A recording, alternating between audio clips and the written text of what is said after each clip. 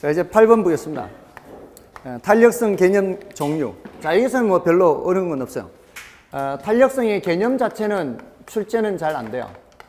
탄력성 개념은 수량 변화의 크기. 항상 이거를 놓치면 안 돼요. 이게 탄력성이 꼭 여기서뿐만이 아니라 어디서든 탄력 이런 말이 나오면은 수량 변화의 크기를 나타내는 개념이다. 이게 탄력적이라는 얘기는 수량이 많이 변한다 또는 많이 변할 수 있다 이런 뜻이에요. 근데 그 탄력성의 종류에서는 가격 탄력성은 더 자세히 해야 되지만 소득 탄력성과 교차 탄력성 요거는 아주 간단해요. 이미 말씀을 드렸어요. 소득 탄력성이 0보다 크면 무슨 재화고요? 정상재고요. 소득 탄력성이 0보다 작으면 열등재라는 거예요. 이거는 이미 시험에 다 등장한 거예요. 그리고 교차 탄력성이 0보다 크면은 대체재, 아까 했죠. 이게 같은 방향이면 대체재 여기서 반대 방향이면 이게 0보다 작죠. 한번 보완재요. 근데 지금 어떤 재화의 가격이 변할 때 다른 재화의 수요량이 변한다 이런 말이 나오는데 정상재, 열등재 이렇게 가면 안 된다 이 말이에요. 소득 얘기가 나오는데 대체재, 보완재 이렇게 나오면 안 되고요. 그것만 주의하시면은 여기서는 어려울 거 없어요. 다만 정상재에서 조금 더 들어가면 이거는 시험에 출제는 안 됐지만 소득 탄력성이 0보다는 크고 1보다는 작을 때는 필수재라 그래. 필수재. 소득 탄력성이 1보다 크면 그는 수량이 많이 변하는 거죠. 소득 변화에 대해서 수량이 많이 변하는 건 뭐고요? 사치재 이렇게 하는 거예요. 1보다 크다는 거는 많이 변한다. 1보다 작다는 건 적게 변한다. 증가하기는 증가하는 거예요. 소득이 증가할 때 수요가 증가는 하는데 조금 증가하는 거죠. 이런 것들은 우리 주로 의식주 생활과 관련되는 거죠. 소득이 증가했다고 해서 하루 3끼 먹는 거를 6끼 먹지는 않죠. 똑같이 그냥 3끼 먹는데 조금 더 좋은 음식 먹거나 하더라도 그렇게 소득이 많이 수요량이 그렇게 크게 변하지는 않아요. 근데 사치재는 있어도 그만 없어도 그만 수량 변화가 큰 재화를 말합니다. 이 정도면 되는 거예요. 그래서 그 예제에서 A 재화의 가격이 10% 상승하자 A 재화, B 재화 이렇게 나왔잖아요. 이런 경우에는 대체재, 보완재를 말한다 이 말이에요. 그래서 그럴 때 수요량이 8% 감소해. 하나가 지금 10% 상승이죠. 근데 8% 감소죠. 그럼 방향이 반대잖아요. 그럼 무슨 재? 보완재다 이 말이에요. 이 정도면 돼요. 자, 근데 9번 주제는 탄력성의 응용이에요. 이거는 가격 탄력성의 응용이에요. 가격 탄력성의 응용. 이것은 탄력성과 그래프가 있죠. 탄력성과 그래프. 자, 여기서는 탄력적일수록 비탄력적일수록 이런 말 하는 거예요. 자, 방금 탄력성 개념은 수량 변화의 크기라고 그랬죠. 근데 수량을 우리는 어디 나타내고 있어요? 여기에다 나타내. 이걸 까먹으면 안 돼요. 저도 이거 예전에 대학교 1, 2학년 때 이거를 체크를 못해서 이거 뭐 누가 가르쳐 주는 게 아니니까 혼자 책 보고 해야 되니까 이걸 진작에 누가 알려줬으면 이거 굉장히 개념을 쉽게 빨리 잡았을 텐데 이 얘기를 안 해준 거예요. 그러니까 수량은 항상 좌우로 변한다는 걸 꼭 기억해야 돼요. 가격은 상하로 움직이는 거잖아요. 맞잖아요. 근데 탄력적이라는 거는 수량 변화의 크기라 그랬잖아요. 지금 이게 수량 변화가 커요? 이게 수량 변화가 커요. A, B에서. 수량 변화는 B가 더 클 거 아니에요. 그러니까 A보다 B가 수량 변화가 더 크다? 이 소리는 A보다 B가 탄력성이 더 크다? 이렇게 되는 거라고요. 맞나요? 더 탄력적일수록 수량 변화가 크다. 더 비탄력적일수록 수량 변화가 더 적다. 그럼 당연한 거 아닌가요? 눈으로 보이는데 그걸 대답을 못 할 수 없잖아요. 그럼 자, 공급이 증가해보세요. 공급이 증가할 때. A를 따라 수량이 더 많이 증가해요? B를 따라 수량이 더 많이 증가해요? B를 따라 수량 더 많이 증가하잖아요. 눈으로 본다면 대답할 거 아니에요. B가 더 탄력적이에요? 더 비탄력적이에요? 탄력적이잖아요. 탄력적일수록 수량이 더 많이 증가한다고요. 탄력적일수록 양이 더 많이 증가, 양. 그러니까 양과 가격으로 항상 생각하라고, 양과 가격으로. 탄력적일수록 양이 더 많이 변한다고요. 비탄력적일수록 그때는 양이 더 적게 변하고 오히려 가격이 더 많이 변한다고요. 그래서 공급이 감소할 때 A를 따라서 가격이 더 많이 올라가죠.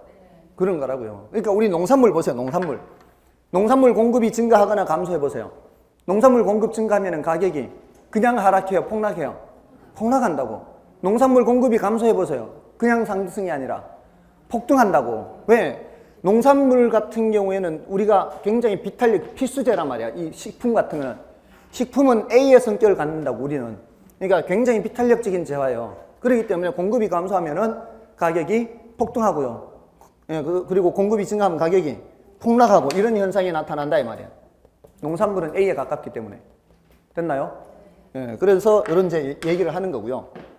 가장 극단적인 경우가 아까 얘기했던 수직인 경우나 수평인 경우. 수직인 경우에는 균형량이 전혀 변함이 없고요.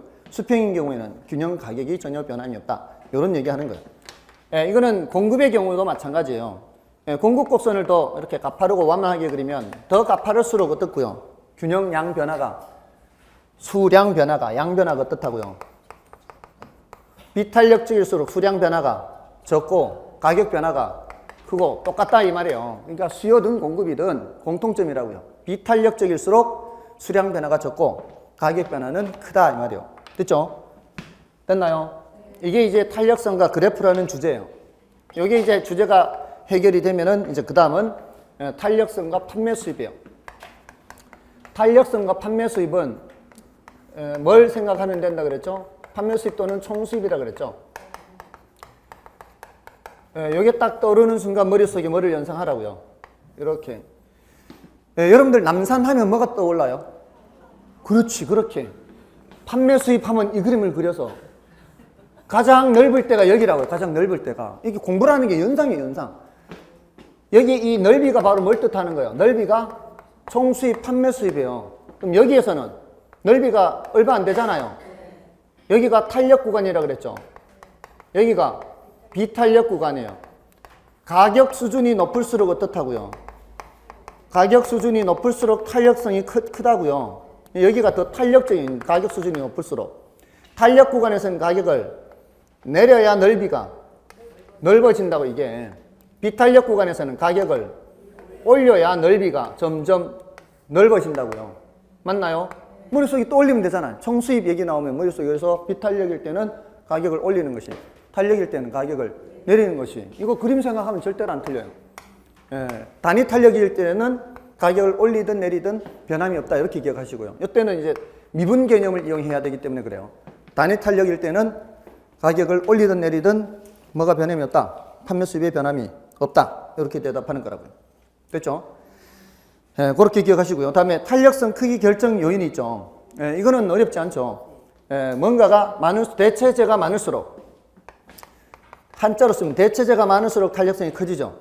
고려하는 기간이 길수록 탄력성이 많아지고요. 조금 전에 가격 수준이 높을수록 탄력성이 커지고요. 소비에서 차지하는 비중이 커질수록 탄력성이 커지고요. 시장을 세분할수록, 쪼개면 쪼갤수록이에요. 그 소리는 그냥 주택시장 이렇게 하는 것보다는 아파트, 다세대, 연립, 단독 뭐 이렇게 쪼개면 쪼갤수록 선택의 폭이 커지거든요. 선택의 폭이 커진다는 것이 대체재가 많다는 거하고 연결이 되는 거고요. 그럴수록 탄력성이 커져요. 그러니까 주거용 부동산의 경우에는 아파트, 연립, 다세대 이렇게 단독 여러 가지가 있죠. 근데 상공업용 부동산은 주거용 부동산처럼 이렇게 다양하게 세분돼 있지 않죠.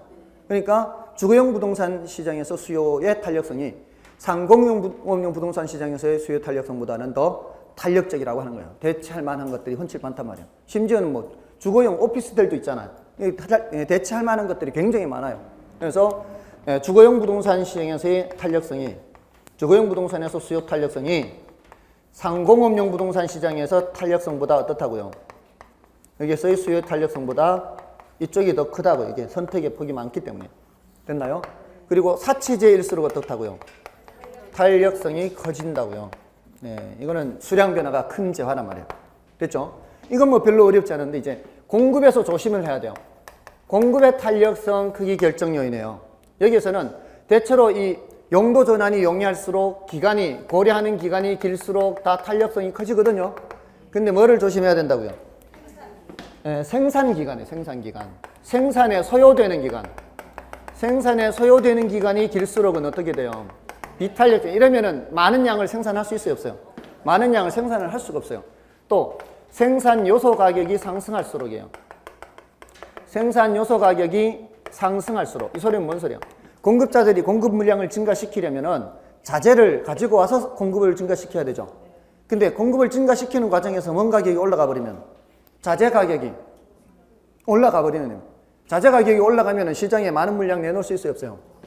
많은 물량을 내놓을 수가 없어요. 이게 생산 요소 가격이 상승할수록, 이렇게 될수록은 공급의 탄력성이 더 비탄력적이 된다. 공급의 탄력성이 더 비탄력적입니다. 이것만 좀 주의를 하시면 나머지는 다 이제 탄력성 크기를 증가시키는 요인으로 연결이 될 수 있어요. 자, 그렇게 하면은 이게 탄력성과 그래프, 탄력성과 판매 수입이 이게 되는 거고요. 물론 요 응용이 더 있어요. 응용이 뒤에 탄력성과 조세 기척 있죠. 그래서 상대적 탄력도에 따라 더 탄력적일수록 덜 부담하고 더 비탄력적일수록 더 부담하다고 한다고 있고요. 다음 올해는 중요도가 낮은데 거미집 모형에 있기는 해요. 그 거미집 모형이 최근 5년간 4문제나 출제가 됐어요. 5년간 4문제면 엄청 많이 나온 거예요. 근데 올해는 가능성이 별로 없다라고 보는 거예요. 너무 자주 나와서. 근데 이제 거기서 수탄수, 공탄발 이런 거 있잖아요. 수요가 더 탄력적이면 수렴형이다. 공급이 더 탄력적이면 발산형이다. 그런 정도만 하고 체크하고 지나가면 돼요. 원래는 중요도 좀 낮으니까. 그리고 이제 문제를 좀 보시면 되겠네요. 자, 예제를 보시면 부동산의 수요와 공급에 대한 탄력성의 설명이다. 옳은 것은 1번에 공급이 가격에 대해 완전 비탄력적일 때 수요가 증가해도 가격은 변하지 않는다. 완전 비탄력적이라 그랬죠. 완전 비탄력적이면 수직이고요. 수직이면 뭐가 변함이 없어요? 양이 변함이 없죠. 근데 가격이 변하지 않는다. 이렇게 했으니까 틀린 거예요. 그러니까 머릿속에 우리 균형 이동이라는 게 나오면은 항상 양과 가격을 생각해요. 양과 가격. 항상. 그죠? 양은 어떻게 움직이느냐, 가격은 어떻게 움직이느냐. 양이 증가냐, 감소냐. 이 양은 좌우로 움직이는 거, 가격은 위로 오르락 내리락. 그래서 이게 틀렸고요. 그 다음에 생산에 소요되는 기간이 길수록 했죠. 소요되는 기간이 길수록 공급의 임대료 탄력성은 더 비탄력적이라 해야 되죠. 탄력적이라 해서 틀렸고요. 그 다음에 생산량을 늘릴 때 생산 요소 가격이 상승할수록 공급의 임대료 탄력성은 더 비탄력적이다. 이게 맞는 말이에요. 자, 근데 4번은 수요 가격 탄력성이 탄력적인 경우였어요. 수탄이 탄력적인 경우. 수요가 가격을 탄력적이면 위에요, 아래요? 머릿속에 탄력적인 경우 판매 수입 얘기가 나오잖아요. 총수입. 총수입이 얘기가 나오면 윈지 아래인지 생각해야 될 거 아니에요. 이렇게 딱 그려놓고 요 윈지 아래인지, 위면 가격을 낮춰야 되고 아래면은 가격을 올려야 될 거 아니에요. 지금 탄력적인 경우는 위잖아요. 위에서는 가격을 낮춰야 되죠. 낮춰야 판매 수입이 증가해요. 근데 가격을 인상시키는 것이 사업자의 총수입을 증대시킨다. 이렇게 돼 있잖아요. 그러니까 틀린 거라고요. 됐나요? 다음에 공급이 비탄력적일수록, 그러면 가파를수록이죠. 가파를수록 가격 얘기가 나오네요. 가파를수록, 비탄력적일수록 수요가 증가할 때 뒤에 가격 얘기가 나오죠. 가격이 가파르게 변할 거 아니에요. 완만하게 틀렸죠. 예, 틀렸어요. 됐나요? 그러니까 딱 정해져 있다고요. 질문하는 방식이 양이나 가격 이렇게 묻잖아요. 양은 좌우로 움직이는 거잖아요. 그리고 가격은 상하로 움직이는 거잖아요. 가파를수록은 좌우로 변화폭이 작잖아요. 양은 변화가 적다고요. 네, 가격은 변화폭이 크잖아요. 그렇게 비탄력적일수록 그렇고요. 그렇게 모양을 생각하면서 대답하면은 어렵지 않다고요. 다음에 10번은 부동산 시장의 특성 및 기능인데, 요거는 그 기능보다는 특성 쪽이 조금 더 중요한데요. 부동산 시장의 특성. 여기 이제 과장국수 비비자 했죠. 과장국수 비비자.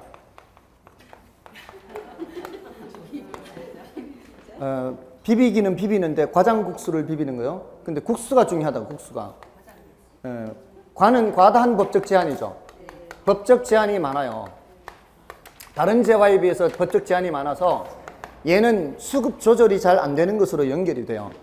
그럼 수급 조절이라는 의미가 뭐예요? 수요 공급 조절이거든요. 수급 조절이 잘 안 되면은 가격 왜곡 현상으로 연결이 돼요. 근데 이 가격 왜곡 현상은 단기적이잖아요. 단기적으로 나타나는 현상이에요. 이거는 부중성도 연결이 되고 생산기간의 장기성도 연결이 되고 여러 가지 이유로 이런 현상이 나타나고요. 그 다음에 국지성이죠. 이거는 부동성 때문에 나타나는 현상이죠. 그러니까 우리 시험에는 국수가 자주 언급이 돼요. 부동성과 부중성과 관련되기 때문에 두 개가. 다음에 장기성은 매매기간의 장기성이죠. 이거는 이제 매매 기간이 길다는 뜻이고요. 매매 기간이 길면 이게 환금성이 떨어지죠. 환금성이 떨어지게 되는 원인이 되고요. 여기서 BBB는 상품이 거래되는 시장에서 이렇게 번역하면 돼요. 상품이 거래되는 시장에서, 상품은 비표준화고요. 거래는 비공개고요. 시장은 비조직이에요. 이런 것들은 주로 개별성과 연결이 돼요. 다른 성질도 관련이 있지만 제일 관련이 깊은 게 개별성이고요. 그 다음에 자금의 유용성 여부에 따라서 수요 공급의 크기가 영향을 많이 받습니다. 자금의 유용성 여부에 따라 수급이 영향을 받아요. 이거는 고가성 때문에 그래요. 고가성. 그래서 여기 이제 한 문제 정도 출제되거든요. 부동산 시장의 특성. 이게 조금 더 중요하고, 부동산 시장의 기능은 중요도가 약간 요거보다는 낮습니다. 근데 지난번에 밴드에 보니까 누가 그걸 암기하는 방법을 정량자고가 이렇게 해놨어요. 밴드에다가. 근데 그분이 정량자고가 이렇게 해놨는데 보니까 그분이 이거 참 잘 생각한 것 같은데 뭐가 더 중요한지 그거는 조금 덜 생각한 것 같아요. 자고가가 더 중요해요. 왜냐하면 자고가가 더 중요해. 왜냐하면 그렇지. 자고가 정량 이렇게. 이거 조금 더 친근해 보이기도 하죠. 자고가 정량. 자는 자원 배분 기능이요. 제가 늘 두 가지는 꼭 기억하시라 그랬잖아요. 자원 배분 기능과 가격 창조 기능. 누가 밴드에 잘 올려주셨어요. 가격 창조, 이거 두 개는, 왜냐하면 이게 자원 배분 기능은 모든 시장이 공통으로 갖고 있는 기능이거든요. 모든 시장이. 근데 이 기능에 문제가 생겨서 정부가 개입하잖아요. 그게 시장 실패잖아요. 이 기능을 제대로 못하는 거를 시장 실패를 한단 말이에요. 그리고 가격 창조 기능은 이건 부동산 시장에서만 독특하게 하는 얘기예요. 그래서 이게 더 중요하고요. 이 고는 교환 기능이거든요. 교환. 교환 기능은 초등학교 4학년 책부터 등장해요. 시장에서는 교환이 이루어진다는 거. 이게 더 중요하고, 이 정은 이제 정보 제공 기능이죠. 정보 제공. 제일 중요한 게 이제 가격 정보예요. 가격 정보. 그 다음에 양과 질을 조절한다. 뭐 이런 기능이죠. 근데 이쪽보다는 이제 과장국수 비비자가 중요해요. 그러니까 부동산 시장의 특성과 기능은 과장국수 비비자, 자고가 정량, 이렇게 기억하시면 되겠죠. 자, 문제를 좀 보겠습니다. 부동산 시장에 관한 설명, 다음 설명 중 옳지 않은 것은 1번, 부동산 시장은 수요와 공급의 조절이 쉽지 않아 단기적으로 가격 왜곡이 발생할 가능성이 많다. 그렇죠. 그 다음에 부동산 시장은 부동산의 부중성 때문에 고도로 국제화되는 경향을 갖는다. 이게 틀렸죠. 국지화는 부동성의 단골 손님이에요. 그래서 틀렸고요. 그 다음에 유사한 부동산이라 하여도 부분 시장별로 서로 다른 가격이 형성되는 시장의 분화 현상이 발생한다. 부분 시장별로 서로 다른 가격, 맞죠? 지역별로 다를 수도 있고요. 유형별로도 다를 수 있어요. 그 다음에 지리적 위치 고정성, 내구성, 개별성 등 부동산의 재특성으로 인하여 부동산 시장은 불안전성을 띈다. 대체로 부동산 시장은 불안전하죠. 이 현실의 시장은 모두 다 불안전성을 띱니다. 근데 부동산 시장은 더 심합니다. 다른 거에 비해서. 다음에 부동산에 대한 법적 제한도 시장을 불안전하게 하는 요인이 된다. 맞죠? 다음에 시장의 효율성입니다. 이 주제는 중요도가 뭐 한 10분의 3이에요. 그러니까 요거보다는 중요도가 낮아요. 11번은 10분의 3인데, 요거는 이제 여기서 말하는 효율성은 정보의 효율성이죠. 정보의 효율성. 정보가 즉각 반영되느냐 그렇지 않느냐로 효율적이냐 그렇지 않느냐를 판단하는 거예요. 근데 정보가 반영되는 수준에 따라 효율성의 정도를 달리 보죠. 과거 정보가 반영되어 있는 시장은 무슨 시장? 약성. 현재 공표 정보까지 반영되어 있는 시장은 준강성 효율적 시장. 현실은 거기까지만 존재한다 그러죠. 내부 정보까지 반영되어 있는 시장은 강성 효율적 시장인데, 현실적으로 내부 정보가 시장의 주가로 반영되는 것은 없다라고 볼 수 있죠. 자, 이런 시장에서 정상 이윤들은 다 얻을 수 있다고 볼 수 있는데요. 문제는 이제 초과 이윤을 얻을 수 있느냐 여부죠. 초과 이윤을 얻기 위해서는 요거는 보다 우수한 정보를 이용해야 되죠. 보다 우수한 정보를 이용하면 초과 이윤을 얻을 수 있다. 근데 약성 효율적 시장에서는 보다 우수한 정보가 어떤 수준이에요? 약성 효율적 시장에서는 현재 공표 정보나 내부 정보가 보다 우수한 정보예요. 그걸 이용해서 초과이윤을 얻을 수가 있죠. 근데 준강성 효율적 시장에서는 어떤 정보가 보다 우수한 정보요? 내부 정보가 보다 우수한 정보죠. 그런 정보를 가지고 초과이윤을 얻을 수는 있습니다. 근데 강성 효율적 시장은 어떻습니까? 강성 효율적 시장에서 보다 우수한 정보라는 것은 있을 수가 없죠. 이런 경우에는 어떤 경우에도 초과이윤을 얻을 수가 없다. 어떤 경우도 초과이윤이 없습니다. 자, 이렇게. 그래서 지금 그 용어 중에 기술적 분석 또는 기본적 분석 이런 게 있죠. 기술적 분석은 과거 정보를 분석하는 것이고 기본적 분석은 현재 공표 정보까지 분석하는 거죠. 그러니까 기술적 분석으로 약성 효율적 시장에서는 초과이윤을 얻을 수가 없고 기본적 분석으로는 요거는 초과이윤을 얻을 수 있죠. 약성 효율적 시장에서는 얻을 수 있어요. 근데 얘를 가지고 준강성 효율적 시장에서는 초과이윤을 얻을 수가 없다. 뭐 그런 식으로 얘기를 하는 겁니다. 자, 그렇게 구별을 하시면 되고요. 다음에 문제를 좀 보시면은 예제를 보시고요. 부동산 시장의 효율성에 관한 설명이다. 옳은 것은 1번 부동산 시장이 새로운 정보를 얼마나 지체 없이 가격에 반영하는가 하는 것을 시장의 효율성이라 하고 정보가 지체 없이 가치에 반영된 시장을 효율적 시장이라 한다. 맞죠? 정보가 지체 없이 가치에 반영된 시장을 효율적 시장이라 그래요. 그 수준은 아직 얘기를 하지 않고 있고요. 다음에 이번에 강성 효율적 시장에서는 이미 모든 정보가 가격에 반영돼 있으므로 투자 분석만 잘하면 어떤 정상 이상의 초과이윤을 얻기가 쉽다. 투자 분석 잘 하더라도요, 보다 우수한 정보를 이용하는 것은 아니죠. 그래서 어떤 경우에도 초과이윤을 얻을 수가 없습니다. 2번 틀렸고요.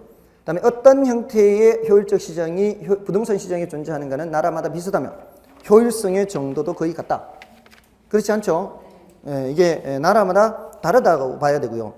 그다음에 과거 정보를 가지고 투자 분석을 하는 것을 기술적 분석이라 하는데 여기까지는 맞죠? 네, 약성 효율적 시장에서는 기술적 분석을 통해서 초과이윤을 얻을 수가 없죠. 보다 우수한 정보를 이용해야 되는데 같은 수준의 정보 가지고는 얻을 수가 없습니다. 그다음에 5번 그 중강성 효율적 시장은 새로운 정보가 공표되는 즉시 가격에 반영되는 시장으로 공표된 자료를 토대로 투자 분석을 하면 초과이윤을 얻기 쉽다. 이것도 아니죠. 같은 수준의 정보 가지고는 초과이윤을 얻을 수가 없습니다. 그래서 정답 1번이었고요. 다음에 12번, 13번 주제가 경기 변동과 관련된 주제인데 원래는 12번이 좀 더 중요하다라고 볼 수 있습니다. 아예 오늘 거미집 모형은 아예 써놓지 않았죠. 거미집 모형은 중요도가 좀 더 낮기 때문에 최근에 몇 년간 13번 주제 위주로 조금 더 출제가 됐어요. 12번 주제가 좀 덜 출제된 편이에요. 그래서 지금까지 출제된 경향으로 봤을 때는 12번 주제가 약간 더 중요하지 않나 이렇게 생각을 합니다. 12번 주제는 일반 경기와 비교했을 때 부동산 경기 특성을 말하는 것이고요. 13번 주제는 순환 국면별 특성을 말하는 겁니다. 그래서 그 12번은 일반 경기하고 비교했을 때 부동산 경기를 말하는 거죠. 일반 경기와 비교했을 때 부동산 경기. 요거의 특징을 말하는 건데 일단 개념은 부동산 경기 변동이라는 게 협의의 경기, 광의의 경기, 최강의 경기 중에서 우리는 최강의는 잘 안 봅니다. 광의를 주로 보고요. 그러니까 건축 경기를 보는 거죠. 주거용, 상업용, 공업용 건축 경기를 보는데 그 중에서도 뭐를 더 자세히 봅니까? 주거용 부동산 경기 변동을 자세히 봅니다. 그냥 부동산 경기라고 하면은 광의로 얘기하는 거예요. 그냥 부동산 경기 하면은 건축 경기다. 근데 그 중에서도 뭐를 더 자세히 살펴보는 편이다. 주거용 부동산 경기를 자세히 살펴보는 편이다. 다음에 특징에서는요, 일반 경기와 동행 여부를 따지고요. 보통은 이제 일반 경기와 밀접한 관련이 있다라고 합니다. 그런데 그게 밀접한 관련이 있다고 해서 그게 병행한다는 뜻은 아니에요. 병행할 수도 있고, 역행할 수도 있고, 독립할 수도 있고, 선행할 수도 있어요. 그런데 부문 시장별로 변동의 시차가 존재한다 그러죠. 그 부문 시장이라는 것이 주상공으로 나누는 걸 말해요. 주거용 부동산 경기와 상공업용 부동산 경기 이렇게 나누는 거를 뭐로 나눈다 그래요? 부문별로 나누었다 그래요. 부문별로. 이렇게 나누었을 때 얘는 일반 경기하고 함께 가는 경향이 있고요. 이렇게는. 근데 요놈은 일반 경기하고 서로 역행의 관계에 있다 이렇게 얘기를 하죠. 이게 일반 경기가 좋다는 얘기가 뭐예요? 일반 제조 유통 활동이 활발하다는 얘기요. 일반 제조 유통 활동이 활발하면은 공업용, 상업용 부동산의 경기가 괜찮다는 얘기죠. 그러면은 인적 자원, 물적 자원이 이쪽으로 막 투입될 거 아니에요. 그럼 인적, 물적 자원이 이쪽으로 투입되면은 이쪽으로는 투입이 잘 안 될 거 아니에요. 그러면은 서로 역행의 관계가 있다. 이렇게 얘기를 하는 겁니다. 자, 그래서 부문별로는 그렇게 시차가 존재한다. 이렇게 얘기를 하는 거예요. 근데 그 밑에 전체적으로 후순환한다 이 말이 있죠. 그 전체적으로 후순환한다 이 말은 얘네들을 가중평균하는 거예요. 전체적으로 봤을 때는 주상공을 다 본단 말이에요. 우리 부동산 경기를 볼 때. 얘네들 다 보면은 얘는 이 숫자라는 게 있어요. 이 경기 측정 지표 숫자라는 게 얘하고 얘는 같이 가는데 얘하고 얘는 역행 관계 있으면 이걸 가중평균을 하면은 요 숫자보다는 이쪽으로 끌려가고요. 요 숫자보다는 이쪽으로 끌려와서 일반 경기를 나타내는 지표보다는 약간 뒤쳐져서 나타나게 되는 것을 전체적으로 봤을 때는 후순환한다. 이렇게 얘기를 하는 거예요. 그러니까 괄호 속에 뭐라고 돼 있어요? 분운별 순환의 가중평균치적 성격 때문에 그렇다. 이렇게 얘기하고요. 다음에 주기 진폭이라는 점에서 그 주기가 일반 경기에 비해 약 2배라고 돼 있죠. 자, 그건 어떤 측면에서 얘기하는가 하면은 일반 경기도 순환 변동이 있고요. 부동산 경기도 순환 변동이 있어요. 일반 경기도 계절 변동이 있고요. 여기도 계절 변동이 있어요. 여기 무작위 변동이 있고요. 여기도 무작위 변동이 있어요. 다 똑같이 얘기할 수 있어요. 여기도 장기 변동이 있고요. 여기가 장기 변동이 있어요. 우리가 주로 살펴보는 게 뭐라고요? 순환 변동, 순환 변동. 주기가 약 2배라고 할 때 순환 변동에서의 주기를 말하는 거예요. 순환 변동에서의 주기가 약 2배 이렇게 더 길다 이렇게 얘기하는 거예요.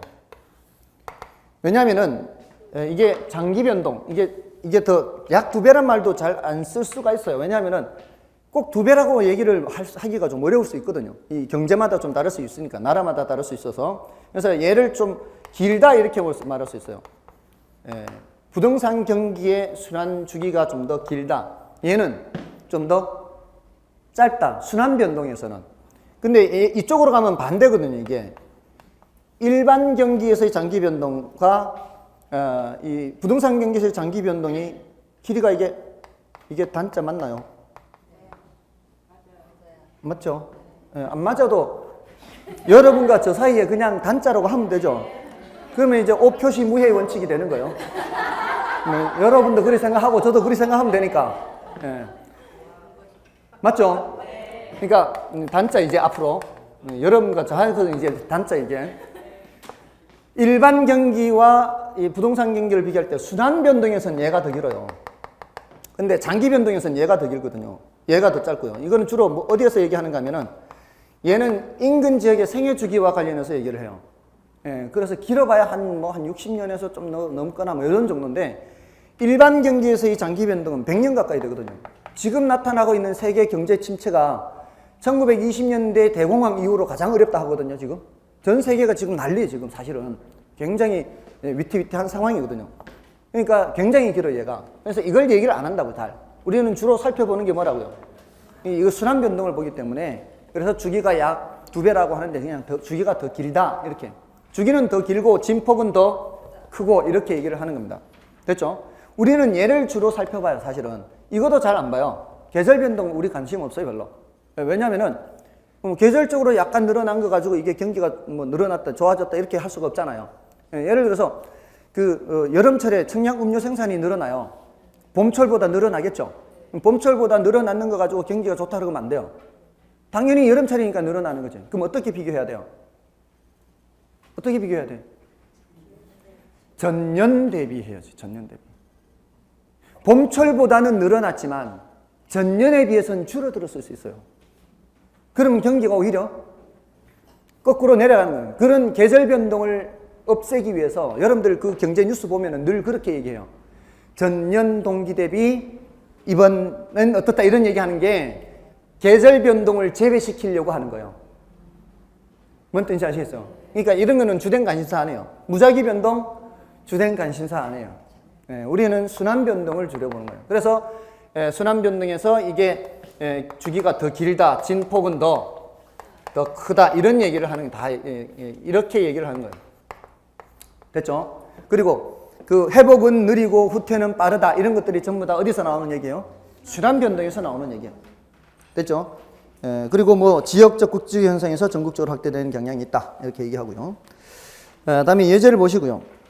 부동산 경기 변동에 관한 설명 중 가장 적절하지 않은 것은 1번 부동산 경기는 부동산의 유형에 따라 각각 다른 변화 특성을 나타내기도 한다. 맞죠?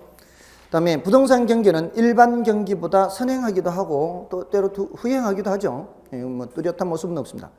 부동산 경기는 일반 경기와 비교하여 팽창 국면과 위축 국면 간의 차이가 큰 특징을 갖는 경향이 있다. 이게 진폭이 크다 이거죠. 다음에 부동산 경기는 주기 순환 국면이 일정치 않은 경향이 있다. 그렇죠. 이거는 뭐 부동산 경기뿐만은 아니에요. 사실은 일반 경기도 주기 순환 국면이 일정치 않은 것은 마찬가지입니다. 다음 부동산 경기는 타선 기간이 길기 때문에 일반 경기보다 주기가 더 짧은 것이 특징이다. 이게 틀렸죠. 타선 기간이 긴 것이 그만큼 주기가 더 길게 나타나고 진폭은 더 크게 나타나는 겁니다. 다음에 이제 13번 주제는 순환 국면별 특징이죠. 자, 여기에서는 가장 큰 특징이 일반 경기에서는 살펴보지 않는 어떤 게 있다는 거예요. 안정시장이 있다는 거예요. 일반 시장에서는 안정시장인 걸 이런 걸 안 따집니다. 근데 그 안정시장이라는 것이 모든 부동산이 그런 성격을 갖는 게 아니고 그 표의 맨 끝에 당구장 표시 있죠. 불황에 강한 부동산이 그렇습니다. 그러니까 그 불황에 강한 부동산은 소규모 주택이라든가 도심지 점포를 말하죠. 도심지 점포라든가 위치가 좋은 소규모 주택 이런 것만 그 안정시장의 성격에 해당합니다. 그리고 이런 안정시장에서는 과거 사례 가격은 신뢰할 수 있는 기준 가격이 돼요. 그래서 최근에 여기에서 이제 그 좀 많이 질문을 한 편인데 그게 이제 이렇게 위로 오르락 내리락 하는 이걸 보면서 특히 그 매수인과 매도인 사이에서 누구를 중시해야 되느냐 여기에서는 이제 상도 하수 이렇게 했죠. 상도 하수 또 과거 사례 가격 의미 과거 사례 가격의 의미 하면은 이제 올라가는 시기에는 과거 사례 가격은 하한의 의미가 있다 이렇게 하고요. 내려가는 시기에는 과거 사례 가격은 상한의 의미가 있는데 이걸 기준 가격이라 그랬죠. 이걸 기준 가격이라 해서 이 꺾여서 회복되는 시기에는 관찰되는 과거 사례 가격은 하한의 의미도 될 수도 있고 기준 가격의 의미가 될 수도 있고 상향 시장 많이 올라왔을 때는 이제 과거 사례 가격은 하한의 의미가 있다. 이렇게 뉘앙스가 바뀌고요. 꺾여서 다시 정점 꺾어서 이렇게 밑으로 내려갈 때는 과거 사례 가격은 기준선일 수도 있고 기준 가격일 수도 있고 상한일 수도 있고 밑으로 내려오게 되면 과거 사례 가격은 상한의 의미가 있다. 이런 식으로 뉘앙스가 좀 바뀌고요. 다음에 올라가는 시기에는 매도인이 중시되고 내려가는 시기에는 매수인이 중시되는데 전체적으로 매도인이 중시는 됩니다. 근데 이 시기는 매수인 중시에서 매도인 중시로 바뀌는 시기다. 이 시기는 매도인 중시가 강화되는 시기다. 이 시기는 매수인 중시로 바뀌는 시기다. 이 시기는 매수인 중시가 강화되는 시기다. 이렇게 뉘앙스가 좀 차이가 있습니다. 그리고 대체로 올라가는 시기 가격 올라가다가 내려가는 시기 가격 떨어지고요. 그건 뭐 별로 어렵지 않죠. 그리고 거래도 마찬가지죠. 이 저점을 찍고 올라설 때는 거래가 한 건, 두 건 이렇게 활기를 띈다 그러죠. 이제 꿈틀꿈틀거리는 활기를 띠는 거고요. 상향 시장에서는 거래가 활발하다고, 꺾여 내려갈 때는 거래가 이제 한산해지기 시작한다 그러고 하향일 때는 거래가 거의 없는 거죠. 그렇게 뉘앙스의 차이가 있습니다. 자, 그런 식으로 봐주시면 되고요. 뭐 기타 요인으로는 내려갈 때는 공실률이 어떻게 되겠어요? 내려갈 때는 공실률이 늘어나고 올라갈 때는 공실률이 줄어들고 지금 공실률이 많다라고 하죠. 지금 전국적으로 공실률이 많다라고 해요. 15% 최소 15% 이상 전국적으로 경기가 안 좋다는 얘기입니다.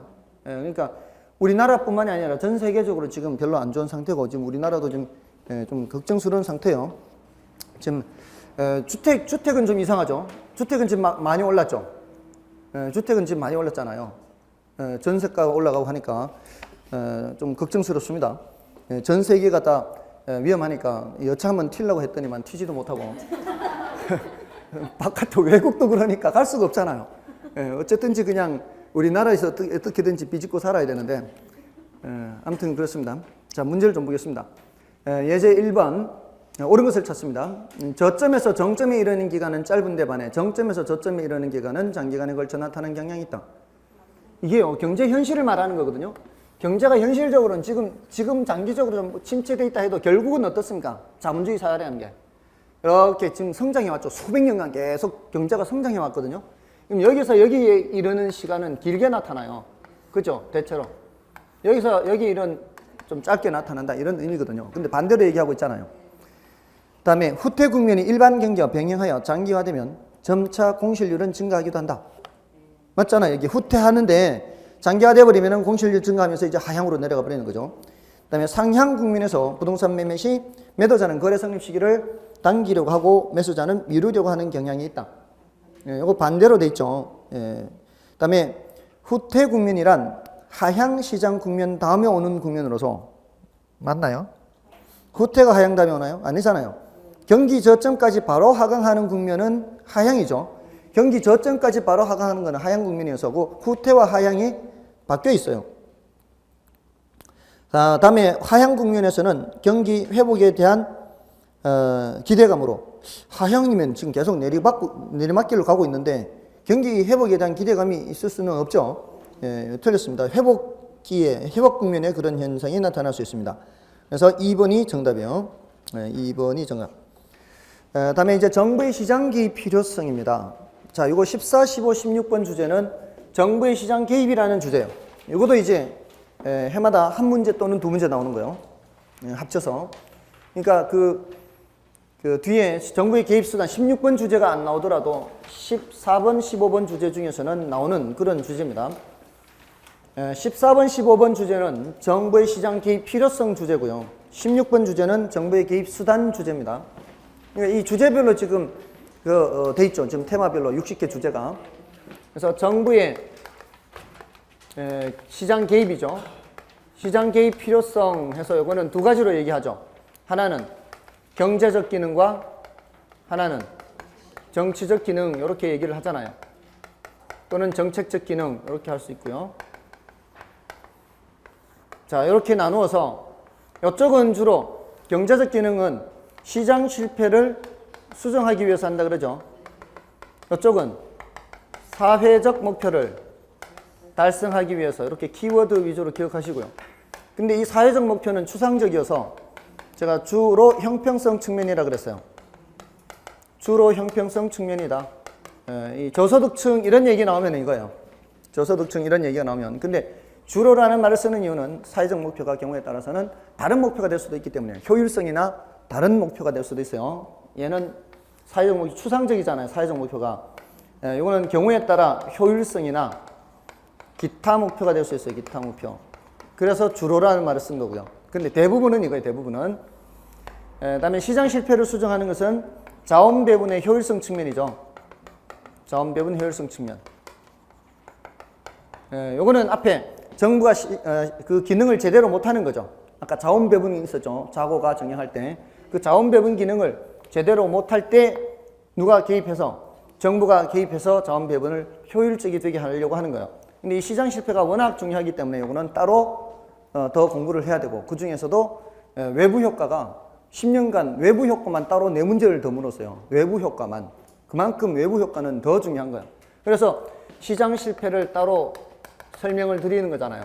시장 실패의 뜻은 시장 실패, 시장이 자원을 효율적으로 배분하지 못하는 거고 그 원인에는 뭐가 있고요. 외공불비가 있고 이렇게 따로 더 얘기하죠. 그래서 요 외부 효과는 따로 더 얘기를 해서 이 항목이 따로 있는 거고요. 그만큼 중요도가 높고요. 그다음에 공공재는 특히 비배제성이나 비경합성이라는 특성을 갖고 있는 재화다. 특히 요놈 때문에요. 비배제성 때문에 무임승차 문제가 나타난다는 거예요. 요금을 내지 않고 이용하는 것을 막을 방법이 없어요. 근데 비경합성은 난이도가 좀 더 높고 중요도는 좀 낮아요. 우리 시험에서는. 이거는 소비에서의 규모의 경제가 나타난다 그랬죠. 소비에서의 규모의 경제. 규모의 경제는 원래는 생산 측면에서 하는 얘기인데 생산 규모를 늘리면 늘릴수록 평균 비용이 하락하는 현상이 규모의 경제인데 여기서는 소비하는 사람이 많아질수록 등대를 생각하라고 했어요. 등대. 공공재의 대표적인 등대죠. 등대 불빛을 보는 사람이 100명, 1000명, 10,000명 늘어나더라도 등대 생산비에는 변함이 있어요, 없어요? 보는 사람이 늘어나더라도 생산비에는 변함이 없어요. 총 생산비에는 변함이 없어요. 그러면은 1인당 생산비는 보는 사람들이 많아질수록 1인당 생산비가 줄어들죠. 그래서 소비에서의 규모의 경제가 나타난다라고 하는 거예요. 자, 요거는 따로 독립된 문제로도 이렇게 출제됐어요. 여기까지는. 근데 얘네들은 불완전 시장이라든가 비대칭 정보 또는 불완전 정보죠. 얘네들은 그냥 지문으로 나온 정도예요. 불완전 정보, 시장이 불완전하거나 또는 비대칭적이거나 이러면은 뭐 이런 정도만 기억해 두시면 되겠죠. 역선택이나 도덕적 해이 이런 현상은 뭐와 관련돼 있다. 이렇게 비대칭 정보와 관련돼 있다. 이렇게 해서 시장이 자원을 효율적으로 배분하지 못하게 된다. 자, 그래서 누가 개입해야 된다? 정부가 개입해야 된다. 정부가 개입한다고 해서 반드시 좋아지느냐? 그것은 아닐 수 있다. 뭐가 발생할 수 있다? 정부 실패가 발생할 수 있다. 여기까지가 한 단락이에요. 여기까지가. 그리고 나서 이제 외부 효과를 조금 더 하면 되는 거예요. 그래서 지금 그 외공불비 다 했고요. 이 불완전 시장은 어떤 걸 얘기하는 거죠? 불완전 시장은 독점이나 과점 얘기한다 그랬어요. 독점이나 과점. 얘네들은 수량을 늘려요, 줄여요? 수량을 얘네들은 줄입니다. 수량을 줄이면서 가격을 높여버리죠. 그래서 적정량만큼 생산이 되지 못하게 해요. 과소 생산이요. 지난번에 제가 그 허생전 말씀드렸나요? 허생전에 와이프가 계속 바가지 긁으니까 돈도 못 벌어다 주고 계속 책만 읽는다 하니까 허생이 변부자한테 가서 돈 만냥을 빌려가지고 삼남 지방에서 올라오는 제수용품을 다 매점 매석을 한다 그랬죠. 매점 매석을 해서 반은 썩어 버려도 눈도 하나 깜짝 안 한다 그랬죠. 그 이유가요. 반이 썩어 자빠지면은 5,000냥으로 줄잖아요. 만냥 산던 게. 그래도 전혀 걱정 안 하는 게 가격을 10배로 띄어서 올리면 5만 냥 벌 수 있잖아. 그런 거예요. 그러니까 양을 줄여야 돼요. 양을 줄여야 가격을 올릴 수가 있어요. 그러니까 얘네들은 그럴 가능성이 굉장히 많아요. 그래서 정부가 이런 걸 규제를 하는 거예요. 그러니까 더 많은 사람들이 더 싼 가격에 재화를 수요할 기회를 놓치게 돼요. 그래서 정부가 이런 것들을 규제를 해야 돼요. 그래서 적정한 양만큼 생산되게끔 정부가 개입을 하는 거예요. 근데 그런다고 해서 반드시 개선되는 것은 아닐 수 있다. 결국 정부도 사람이 하는 것이기 때문에 잘못할 수가 있다는 겁니다. 됐죠? 자, 그래서 이제 예제를 보시고요. 부동산 시장에 대한 정부의 공적 개입과 관련된 설명 중 틀린 것은 1번 불완전 경쟁으로 인한 시장 실패 문제를 보완하기 위해 정부가 시장에 개입할 수 있다. 불완전 경쟁으로 인한 시장 실패 문제 보완하기 위해서 개입할 수 있죠. 그다음에 공공지와 외부 효과로 인한 시장 실패 문제를 보완하기 위해 시장 개입할 수 있다. 맞죠? 그다음에 토지 이용 규제는 토지 이용을 사회적으로 바람직한 방향으로 유도하기 위해 토지 이용 행위를 제한하는 방법이다. 맞죠? 이거 이제 부의 외부 효과를 제거하기 위해서 개입하는 거죠. 그다음에 정부의 시장 개입은 정부가 의도하지 않은 부작용이 나타나는 등 실패할 가능성도 있다. 이건 뭘 뜻하는 거예요? 이거는 정부 실패를 뜻하는 거죠. 그다음에 부동산 시장에서 정보가 비대칭적이더라도 자원 배분의 효율성이 달성된다. 정보가 비대칭적이면은 자원 배분이 비효율적이 되죠. 제가 이거 제일 많이 예를 들은 게 작년인가요? 재작년인가요? 방사능에 오염된 수산물인지 아닌지 알 수가 없다는 거. 방사능에 오염됐는지 안 됐는지 알 수가 없어요. 그죠? 알 수가 없는 불완전 정보 또는 비대칭 정보 이러면은 사람들이 걱정되니까 안 먹죠. 멀쩡해도 안 먹습니다. 멀쩡해도 안 먹으니까 우리나라 근해에서 조업한 거는 분명히 오염 안 돼 있을 가능성이 많죠. 근데도 아예 사람들이 믿을 수가 없으니까 그러니까 아예 안 먹으니까 잡아와도 안 팔리니까 과소 생산 잡아와도 안 팔리니까 어민들이 나가서 잡을 수가 없죠. 그런 현상이 나타난다고요. 그러니까 정부가 개입해서 이거는 안전하다 검사를 해서 안전한 것만 시장에 나온다라는 것을 국민들한테 알려줘야 된다. 그게 정부가 해야 될 일이라고. 그것뿐만이 아니에요. 지금 등기부에 부동산 그 실거래가 지금 다 기록이 되게 돼 있죠. 아파트 같은 이런 것들은 그래서 그런 것들도 정보를 원활하게 공개해서 사람들이 알게 해주는 거예요. 그러니까 최근 몇 년 동안, 몇 년 전부터 했잖아요, 그거를. 그러니까 그 몇 년 전부터 얼마에 거래된지를 다 알 수가 있고, 이런 것들이 다 정보란 말이에요. 오늘 지금 오다가 라디오, 이 시내버스에 라디오에 나오는데, 114 무슨 앱이 개발된 모양이더라고요. 114 앱 개발됐다고, 그거 두드리면은 몇 년치 이 가격 변화도 알 수 있고 그런 게 다 나오더라고. 그게 다 정보라고요, 정보. 얼마나 편리해요. 예, 아주 발품 팔지 않고 아주 손쉽게 정보를 알 수 있잖아요. 예, 그런 것들이 다 효율성을 높이는 것들이에요. 다음에 이제 외부 효과, 요거는 15번은 여기 이제 요것만 따로 더 보는 거죠. 요것만 따로 이제 더 보는 건데, 외부 효과에는 정예 외부도 있고 부예 외부도 있죠. 이제 정예 외부와 부예 외부, 정예 외부, 부예 외부, 이렇게. 그래서 일단 외부 효과의 의의는 이제 여러분이 보셔도 되겠고요. 그 외부 효과는 대가를 주거나 받는 거예요, 그렇지 않는 거예요. 대가를 주거나 받지 않기 때문에 외부 효과죠. 그것을 어떻게 표현하는가 하면은 시장을 통하지 않고라고 해요. 시장을 통하지 않고. 시장을 통하지 않고, 의도하는 거예요, 의도하지 않는 거예요. 의도하지 않는 거예요. 그리고 얘는 생산 과정에서 발생할 수도 있고 소비 과정에서도 발생할 수 있죠.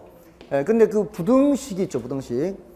그 부등식에 보면은 4가지가 있는데 그 중에 다 부등식을 다 생각할 필요 없어요. 그 중에 하나만 생각하세요. 대표적인 걸 이제 하나만 생각하는 거예요. 시멘트 공장 생각해요, 시멘트 공장. 시멘트 공장이 인근 주민들에게 해를 끼치잖아요. 근데 또 대가를 지불하는 게 있어요, 없어요? 없죠. 근데 그 시멘트 공장에서 시멘트를 생산하기 위해서 시멘트 공장에서 투입하는 비용이 사적 비용이고요. 그 분진이 날려서 이웃 주민들이 의료비가 증가해서 의료비까지 포함한 비용이 사회적 비용이에요. 그러니까 시멘트 한 포대를 생산하기 위해서 시멘트 공장에서만 따진 비용뿐만이 아니라 인근 주민의 그 의료비까지 따져야 되는 비용이 사회적 비용인데, 이게 더 크게 나타나는 거죠. 사회적 비용이 더 큰 거예요. 이럴 때 무슨 생산, 다 생산, 요거 하나만 제대로 기억하면 돼요. 요거 하나만 제대로 기억하고요. 이게 편익으로 바뀌어버리면 어떻게 되는 거예요? 그때는 정예 외부가 되는 거죠. 사적 편익보다 사회적 편익이 더 크다. 그러면은 그땐 정예 외부가 되는 거예요. 그러니까 이 부등호 방향이 이쪽으로 돼 있든 저쪽으로 돼 있든 정부가 개입해야 되는 거고요. 정예 외부 또는 부예 외부이기 때문에 이 정부가 개입하지 않는 경우는 어떤 경우예요? 여기가 등식일 때 정부가 개입하지 않는 거예요. 사적 비용하고 사회적 비용이 같으면은 정부가 개입하지 않는 거예요. 이러면 개입하지 않고, 이게 부등식일 때는 개입한다. 하나만 기억하면 되고요. 다음에 우리 시험에서는 그 밑에 그래프 그려져 있죠. 그래프 그려져 있는 것처럼 우리 시험에서는 구체적으로 물었어요. 구체적으로. 그러니까 그렇게 어렵지 않아요. 우리 시험에서는 암기하듯이 하는 그런 문제는 출제하지 않습니다. 예를 들어서 부의 외부 효과가 발생한다. 그랬을 때 인근 지역에 쓰레기 소각장이다 또는 시멘트 공장이 생긴다. 이랬을 때 아파트 시장에 미치는 영향, 이렇게 이제 구체적으로 묻는단 말이에요. 그럼 아파트 시장이 어떻게 되겠어요? 좋아요, 나빠요? 그럼 어떻게 돼요? 수요 공급 중에 수요가 줄겠죠, 이렇게. 이런 식으로 구체적으로 물어요. 또는 생태공원이 건설되면 어떻게 해요? 생태공원이 건설되면은 수요가 증가, 이렇게. 이런 식으로 물어요. 인근 지역에 미치는 영향은 이렇게. 무조건 부의 외부일 때는 뭐 공급곡선 좌측이동, 수요곡선 우측이동, 이게 아니고요. 구체적으로 어떤 시 물어요. 구체적으로. 이렇게 했을 때 인근 지역에 어떻냐, 이렇게 했을 때 인근 지역이 어떻냐, 이런 식으로 묻지. 부의 외부 효과일 때는 공급곡선 좌측이동, 정예 외부일 때는 수요곡선 우측이동, 이런 식이 아니에요. 그건 그렇게 하면 다 틀릴 가능성이 많거든요. 그리고 이렇게도 물었어요.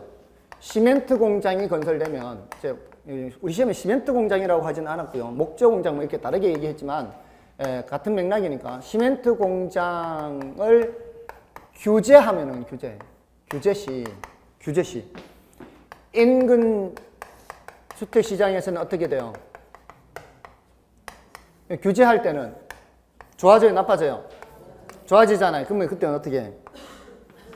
수요가 증가하겠죠. 이렇게 건설되는 거하고 또 규제하는 게 또 다르잖아요. 예, 그리고 규제할 때 이것도 물었어요. 규제받는 시장. 시멘트 시장은 어떻게? 시멘트 규제할 때 시멘트 시장은 그 규제받는 재화의 공급은 감소. 이렇게 구체적으로 이렇게 묻는다고요. 예, 왜냐하면 경우에 따라 이게 답이 달리 나오잖아요. 그렇기 때문에 구체적으로 물을 수밖에 없어요. 예, 그냥 암기하듯이 하는 게 아니라. 다음에 그러면은 주택 건축 시장은 어떻게 되겠어요? 규제를 하게 됐을 때 주택 건축 시장에서는 이 시멘트 가격이 어떻게 돼요? 시멘트 가격이 올라가잖아요. 시멘트 시장 규제되니까 자재 가격이 올라가잖아요. 자재 가격이 올라가면은 공급이 감소. 이렇게 뭔 뜻인지 아시겠죠? 예, 그래서 대답하기가 그렇게 어렵지 않습니다. 예. 자, 이렇게 하시면 되고요. 다음에 그 외부 효과에 대한 대책으로서 정부의 개입에 의한 해결도 있죠. 물론 외부 효과는 이제 이 시장 실패니까 정부가 개입하는데 반드시 정부가 개입해야 되는 것은 아니어서 동그라미 2번에 뭐라고 돼 있어요? 시장기구 수술에 의한 해결이 있다 그랬죠. 민간의 자율에 의한 해결인데 그게 재산권 부여예요. 그게 코주 정리죠. 이게 사실은 경제학에서는 굉장히 중요한데 이게 부동산학교에서는 그런 만큼 중요한 것은 아니고요. 이렇게 말씀을 드리는 이유가 지금 이게 외부 효과하고 관련되거든요. 부의 외부 효과를 제거하는데 시장 자율 조절 기능에 의한 거거든요. 근데 우리 시험에서는 외부 효과가 최근 10년간 4문제나 나왔다 그래서 좀 말씀을 드리는 거예요. 여러분들 이산화탄소 배출과 관련해서 지방자치단체인가 정부인가 이거 그 시민들 와서 무료로 수업 들으라고 하는 거 혹시 광고 보셨어요?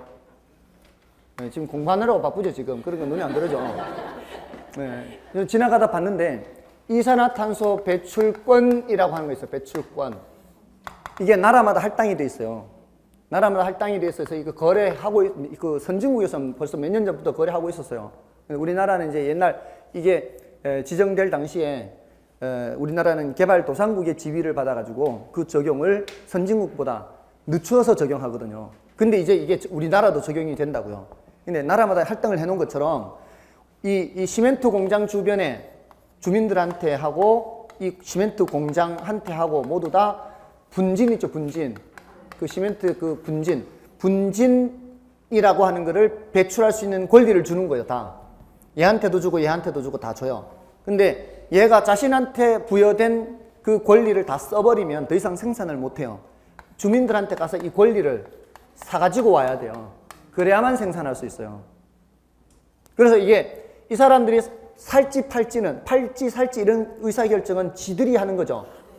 이 배출권 부여는 누가 해줬지만, 부여는 정부가 해줬지만 이 살지 팔지는 지들이 결정하는 거예요. 그래서 이거를 정부가 개입한다라고 하면 안 된다고요. 왜냐하면은 지상권, 저당권 이런 제도는 누가 만들었어요? 지상권, 저당권 이런 제도는 정부에서 만들었죠.